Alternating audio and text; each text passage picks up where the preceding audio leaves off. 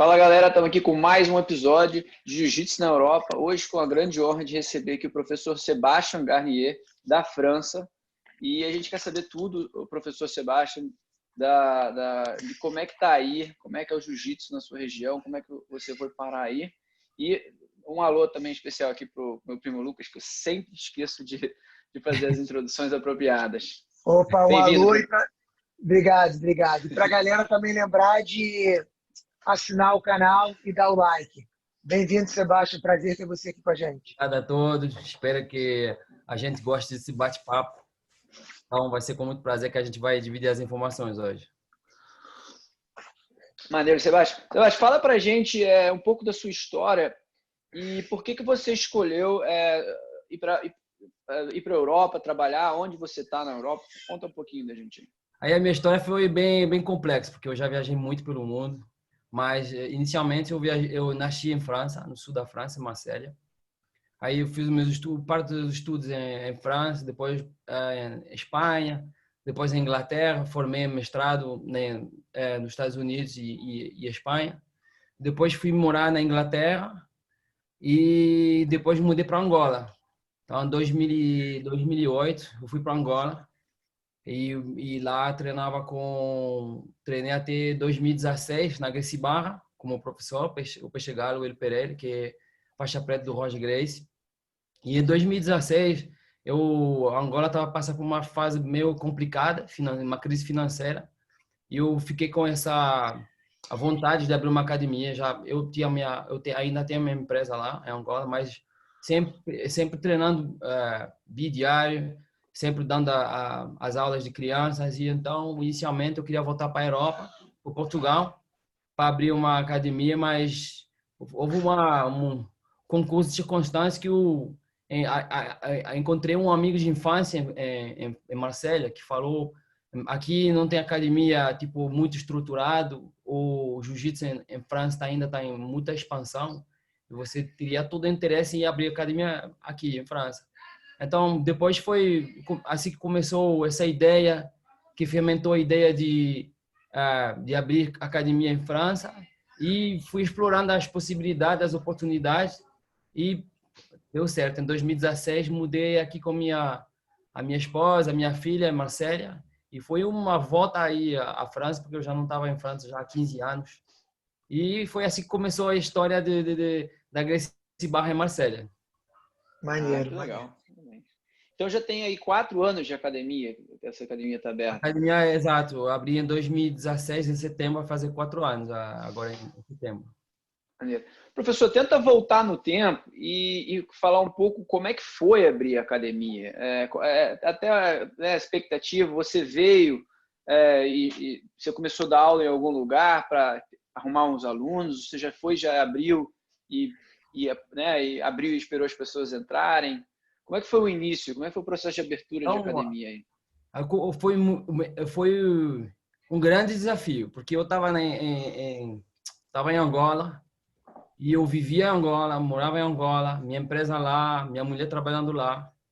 E eu tentei fazer tudo de maneira remota. Então, no mês de maio de 2016, tem um amigo meu, esse tal amigo meu, que falou: pô, achei um local, parece perfeito para começar a abrir academia.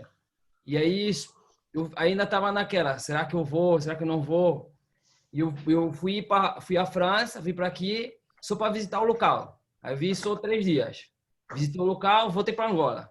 Aí eu falei para minha esposa: pô, local, show de bola, eu acho que pode dar certo. Ok, topa, não topa? Vamos, topa. Então, a partir daí, eu vi, mês de junho, com essa ideia de pôr tudo na linha. Foi preciso fazer as obras, então um local que para pôr tudo no padrão, né, da escola Gracie Barra. Então, havia bastante obras para fazer lá na academia. E a partir do mês de junho, eu comecei já a fazer muita propaganda. Já sabia que eu ia abrir, o meu objetivo era abrir início do mês de setembro, que aqui mais ou menos é a altura que as atividades retomam, né, das academias. E a partir de junho, eu comecei a meter bronca, aí fazer muita publicidade para a academia. Vamos abrir no mês de setembro.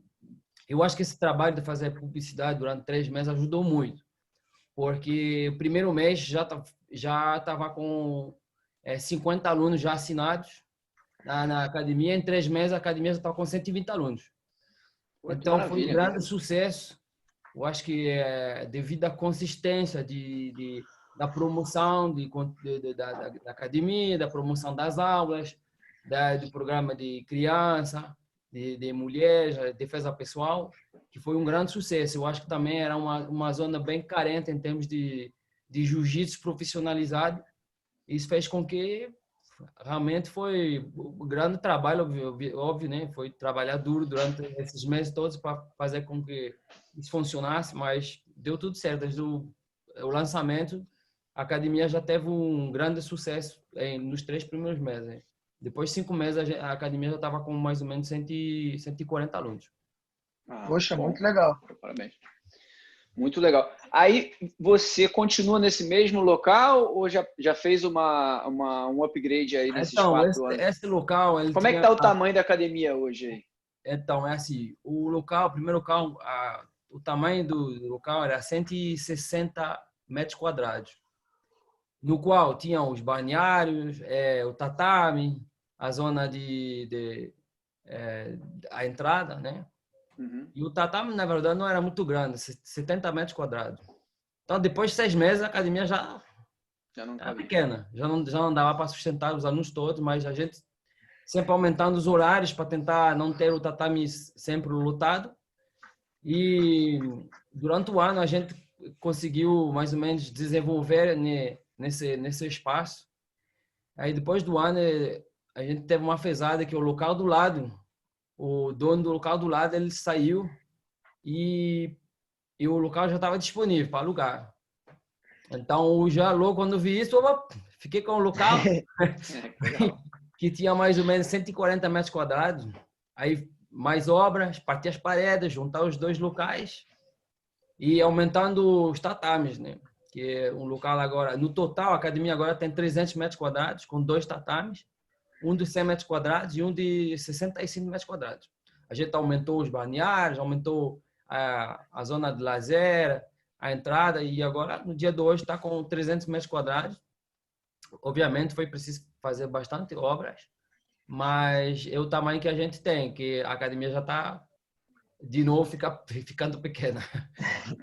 Fica legal. Uma pergunta, é 100% jiu-jitsu ou tem alguma outra arte marcial ou uma outra atividade? Então, é 100% jiu-jitsu. Eu acho que um dos sucessos e um dos grandes desafios que as artes marciais têm na Europa é profissionalizar a arte. No dia de hoje é muito difícil achar professores de judô, kickboxing, de outras modalidades de artes marciais que vivem a 100% das artes. Mas isso é devido ao fato que, vamos supor, se eu abrir uma padaria, se eu abrir a padaria só 2 horas por dia, 3 vezes por semana, vai ser difícil viver só vendendo pão. Então, o desafio foi, se eu quiser viver do jiu-jitsu, vou ter que fazer só isso, de maneira profissional.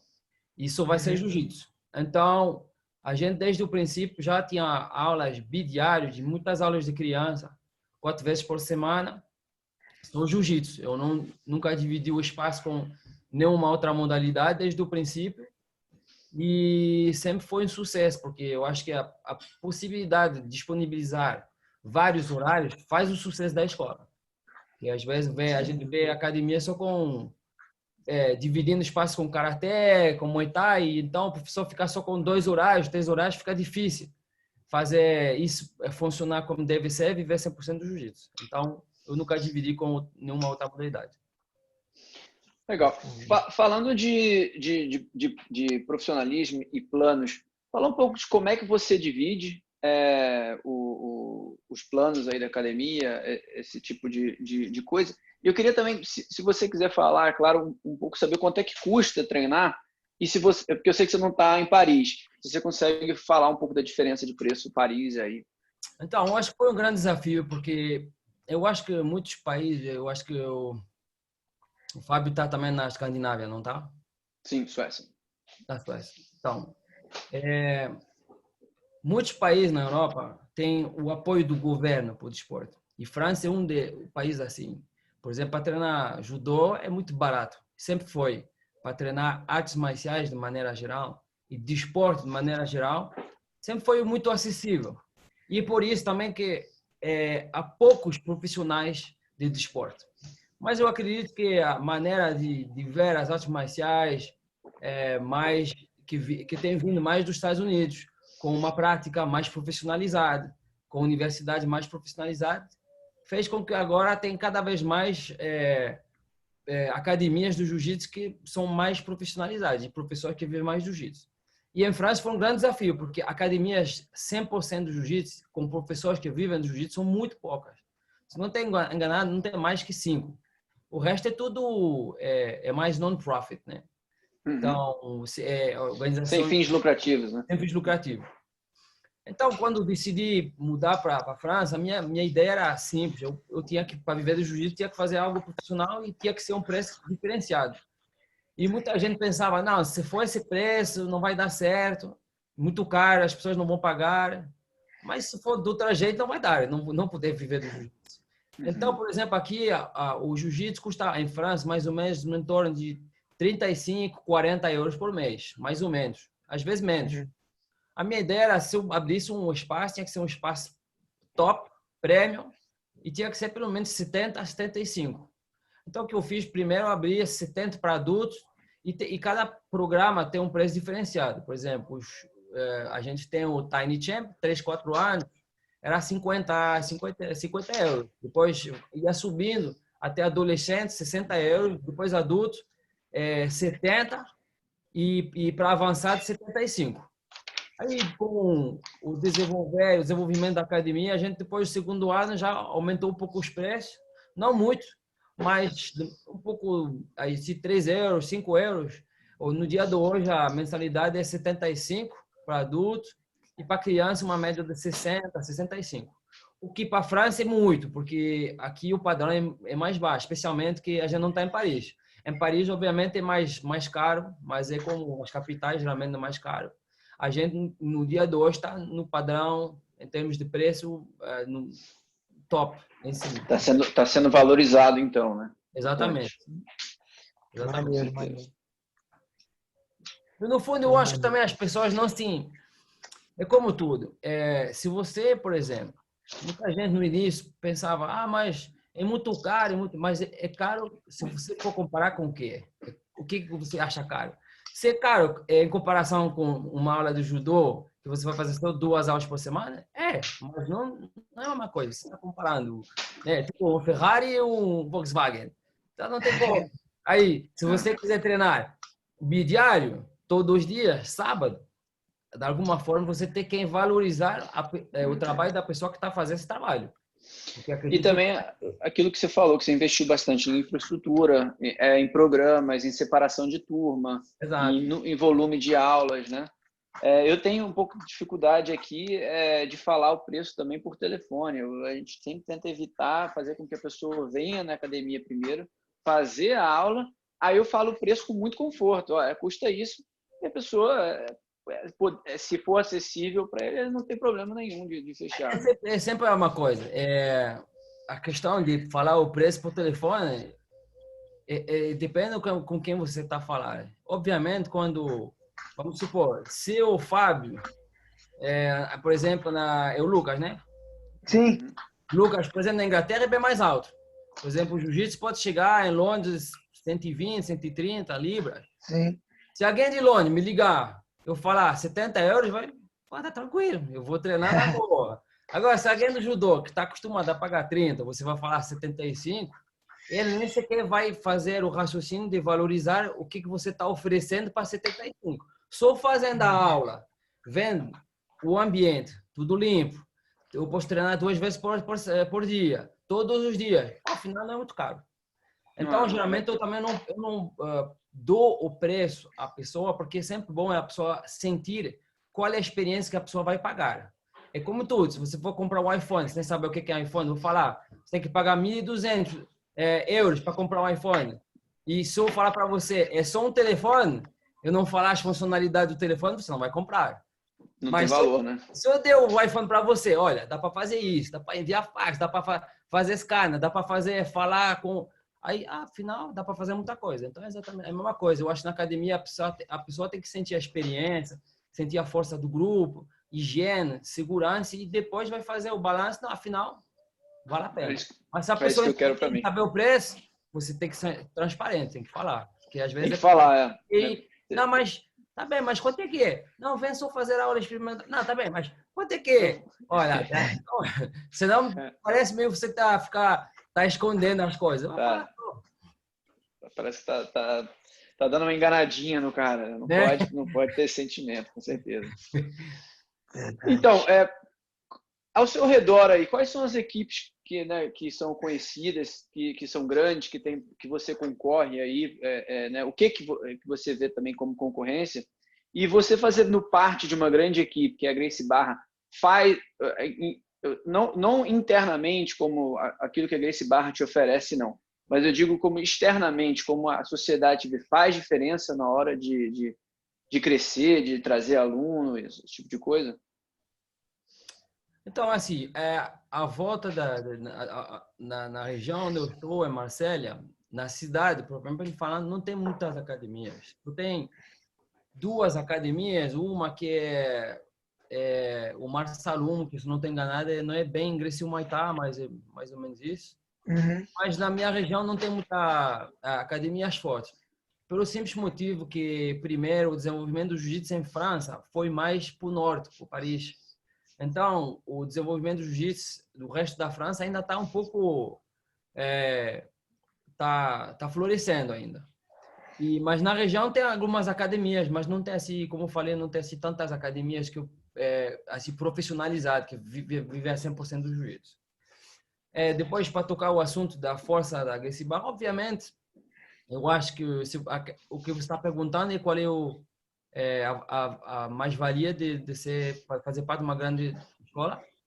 Não, Uhum, é o isso. seguinte, a força interna, né, aquilo que a Gracie Barra te oferece, é uma coisa, mas como é que você acha que você tem mais procura por carregar um nome forte, ou é uma coisa que aí na Europa ou na Ok. França não faz muita diferença? Eu acho que a Gracie Barra, obviamente, tem uma imagem muito forte no mundo do jiu-jitsu. Pelo simples fato de ter o mestre Carlos Gracie Jr., primeiro ser um Gracie, obviamente, né? Já tem, quando uma academia já tem o nome Gracie, já, obviamente, leva as pessoas a ter muita consideração pela escola.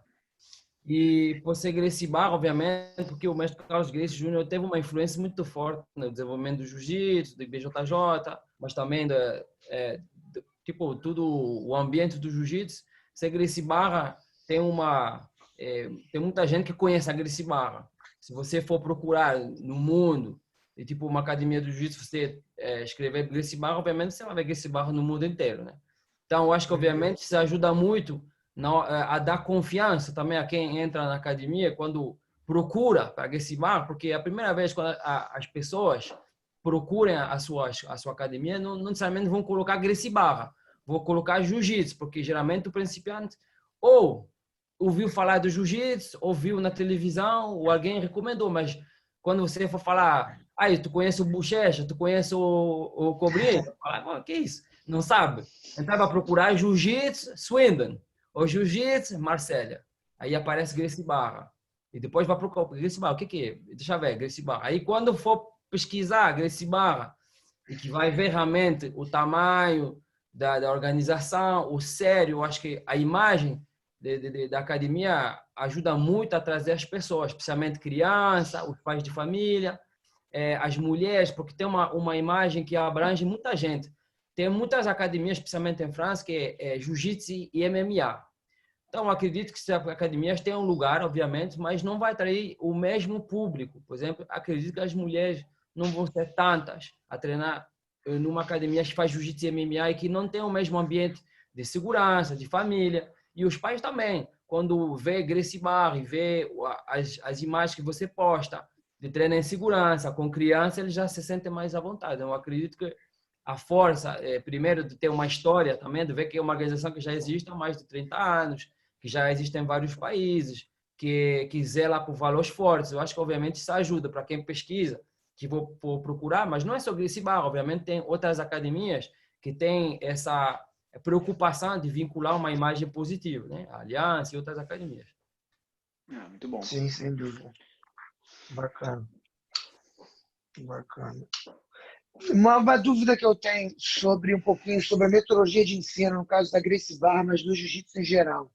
A retenção do aluno, o aluno se matriculou, ele ficar num período longo, a escola ter uma metodologia de ensino clara, onde ele está e onde ele quer chegar, faz diferença significativa no aluno ser aluno por 10 anos, porque o jiu-jitsu tem muitas academias têm dificuldade, o aluno entra, passa 6 meses, ele desiste. Sim. Essa estrutura de metodologia, você acha que é fundamental para a manutenção? Ou o jiu-jitsu, mais como era antigamente, vai treinando e vai levando, não faz tanta diferença? Como que você vê a metodologia de ensino no jiu-jitsu atual? Pergunta muito boa. Então, assim, eu acho que ter um padrão de ensino, ter um programa de ensino é fundamental. Vamos supor, eu tenho uma filha, ou você for à escola. Se o seu professor falar, vai só à escola, mas o que eu vou aprender? Vai só. Bota muitas perguntas aí, vai só, faz aula. Você não se vê desenvolver durante muitos anos. Então, para o desenvolvimento de uma criança, é preciso fazer um programa, porque o desenvolvimento da criança, a 5 anos, ela consegue aprender umas coisas que não pode aprender com 4, e vice-versa, com 7 e vice-versa. É muito importante o desenvolvimento do ser humano e do atleta ter uma viagem de progressão. Então, se você for preparar um atleta, primeiro tem que pensar aonde é que eu quero levar esse atleta. Por exemplo, ser campeão do mundo não vai ser só treinar. Primeiro tem que ver onde que ele ser bom de queda. Tem uma boa nutrição, tem uma boa preparação física, tem uma boa, né, preparação em geral. E consoante um atleta, eu vou ter que fazer um programa para ele evoluir, talvez até ser campeão do mundo. Então, é a mesma coisa para os alunos. Eu acredito que a dificuldade que muitas academias têm, que não tem programa, é conseguir ter uma boa retenção de alunos. Por quê? Vamos supor, se eu tenho um grupo de 20 alunos, nos 20 alunos tem 20 faixa roxa, duríssimo, faixa marrom. De repente aparece um principiante, aula experimental. Treino selva. Aí, triangulado por todos os lados, a chave do braço, saiu lá machucado. Qual é a vontade desse aluno de voltar? É difícil. Nenhuma. Mas também vamos por o outro cenário. Temos um grupo de 20 alunos. Desses 20 alunos, 20 faixas brancas e um faixa roxa. É difícil o faixa roxa se sentir evoluir se o programa sempre for um programa de principiante. Então, eu acredito que ajuda muito a estimular o aluno em ter programa, porque tem coisas que você, sendo faixa branca, não consegue aprender ainda. Então, eu acho que o programa, da maneira como está feito, o programa da Gracie Barra, tem o programa dos fundamentos, depois programas mais avançados, em programa de competição, ajuda muito a reter os alunos, porque nem todo mundo tem o mesmo porquê. Tem a quem vem só para aliviar o estresse, a quem vem para ser campeão, a quem vem para perder peso. E eu acho que o professor tem que saber enquadrar as necessidades de cada aluno. E depois, consoante o seu objetivo, ele vai ajustando dentro dos programas. E, obviamente, o facto de ter vários programas ajuda o desenvolvimento do aluno, porque quando ele chega no programa avançado, ele talvez já está preparado para aprender uns conceitos novos que são derivados do programa dos fundamentos e sucessivamente. Talvez dentro desse programa avançado, a quem quer ser competidor, aí tem que ir um pouco mais para frente. E é importante, às vezes, não misturar. Quem quer só fazer treino de competição, não pode fazer treino duro com alguém que é principiante, senão vai acontecer, você machucar e o atleta vai também perder a vontade de fazer treino de competição, porque esse também toda hora chorar, esse não gosta de treino duro, e o faixa branca vai pensar, você não sabe treinar devagar, só faz força, maromba, aí vai danificando o grupo e também a imagem da academia, porque senão o faixa branca vai falar, nessa academia não sabem treinar devagar. E outro vai pensar, nessa academia não sabe fazer treino duro, competição. Então, é por isso que é bom fazer segmentos de treino. Mulher pode treinar com com bons parceiros bons. Antes de ir para o treino de competição tem que estar preparado. E a criança é a mesma coisa, não desiste. Eu acho que é fundamental ter programa de separados para acompanhar o aluno no objetivo dele. E também pela segurança dos alunos, né? E mais da academia. Ótimo, muito bem legal. legal. Muito legal. Eu tinha até uma próxima pergunta sobre foco em competição ou não, mas já está respondido. O foco está em segmentação, né? Tem que dividir as turmas para... Sim, então, eu acho que às vezes eu tenho tido pessoas que perguntam, mas porque claramente tem academias que focam na competição e tem academias que às vezes nem sequer não ligam muito. Eu acredito que a competição faz parte da arte, faz parte do desporto, do jiu-jitsu, é importante.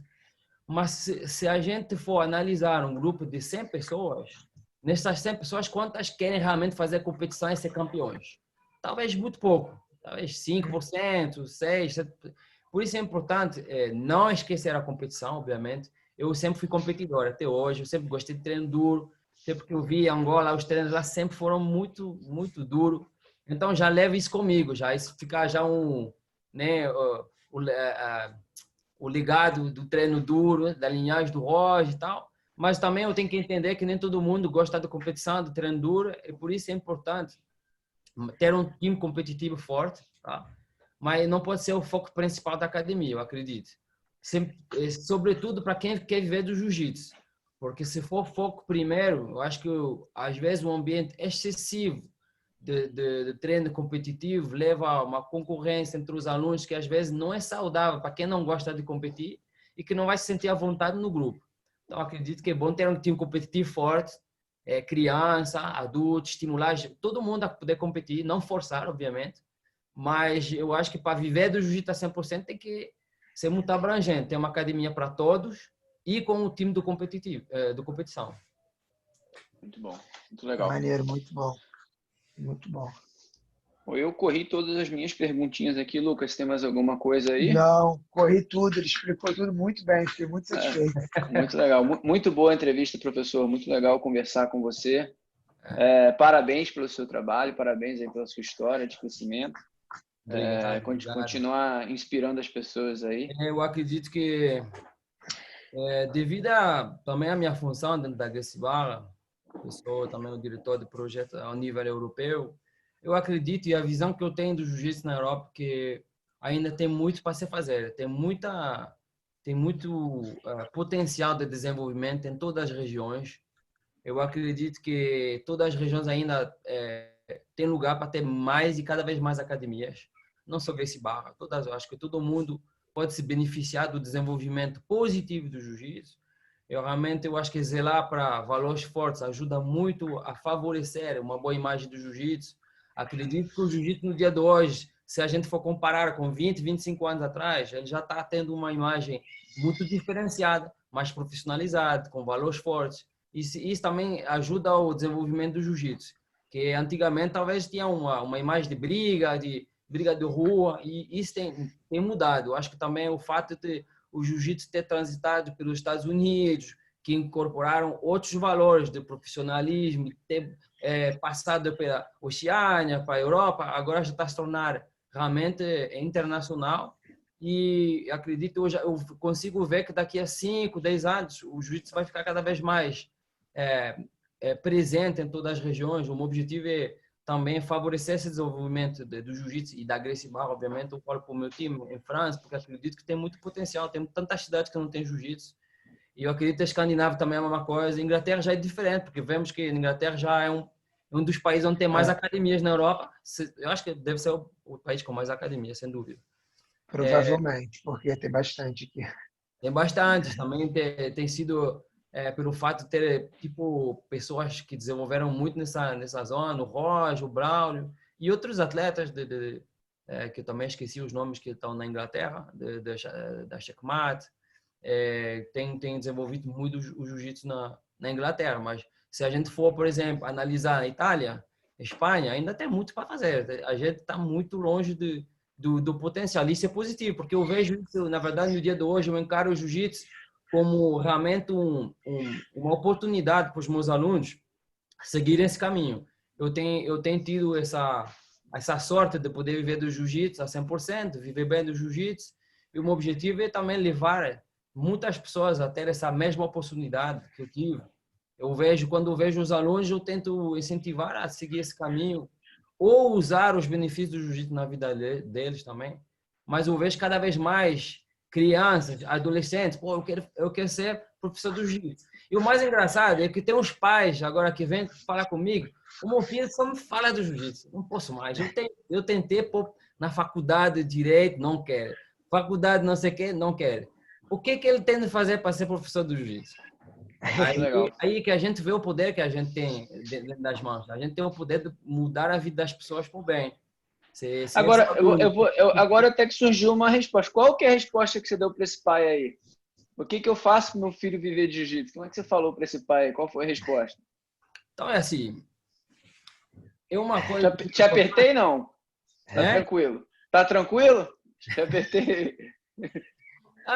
O que eu acho? Eu acho que, primeiro, tem muitos preconceitos. Eu vejo isso, por exemplo, em França. Muitas vezes eu falo, mas o que faz na vida? Eu sou professor de jiu-jitsu. Tá bem, mas se não, faz o quê? Como assim? Eu sou professor de jiu-jitsu. Eu sou de escola. Então, tem esse preconceito que viver de desporto não é tão comum. Então, primeiro, isso é a grande complexidade que a gente tem, que não se sente muito na Inglaterra, porque a Inglaterra já tem essa mentalidade um pouco parecida com os Estados Unidos, que não tem esse conceito, se você for bom de jiu-jitsu, pode viver do jiu-jitsu. Em França ainda tem essa segmentação do desporto, que ser profissional de esporte é complicado. Então, primeiro, tem que mudar as mentes. E a primeira coisa, para convencer os pais, você tem que se tornar um exemplo. Senão ninguém vai acreditar. Você tem uma vida bagunçada e vai falar, seu filho vai se dar bem. Ninguém vai acreditar em ti. Primeiro tem que mostrar o exemplo.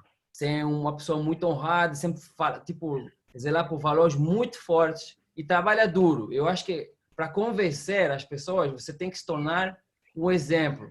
Tem que fazer a sua escola uma escola de sucesso.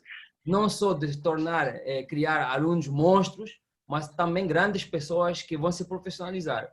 O que eu falo para os pais? Meu filho quer ver jiu-jitsu. Eu falo, para viver do jiu-jitsu não é preciso ser só bom do jiu-jitsu, infelizmente. Porque tem muitos professores que são bons do jiu-jitsu, mas não conseguem viver do jiu-jitsu.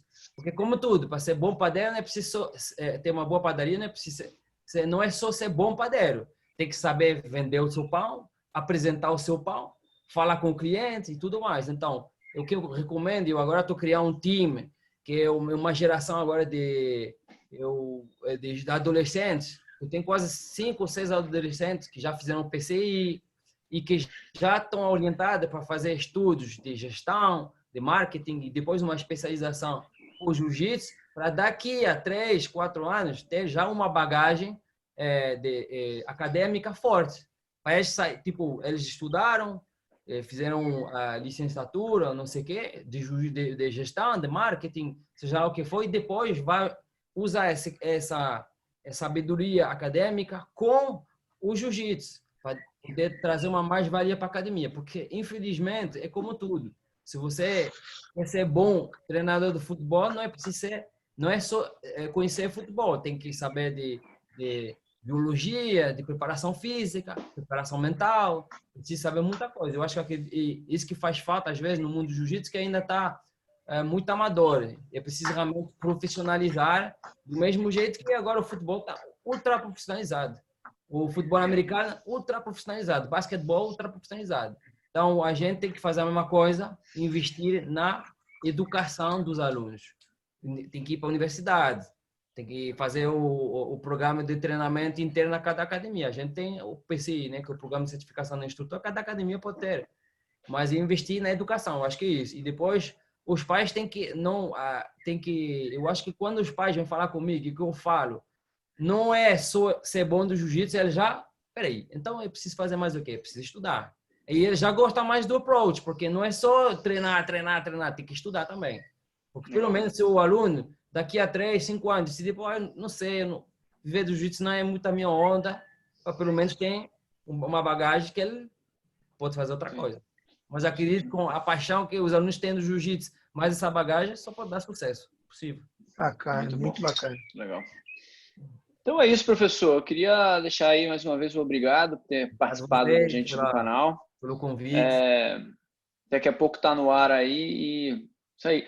Mas pedir mais uma vez aí quem gostou da conversa, da entrevista, para curtir aqui o canal e subscrever.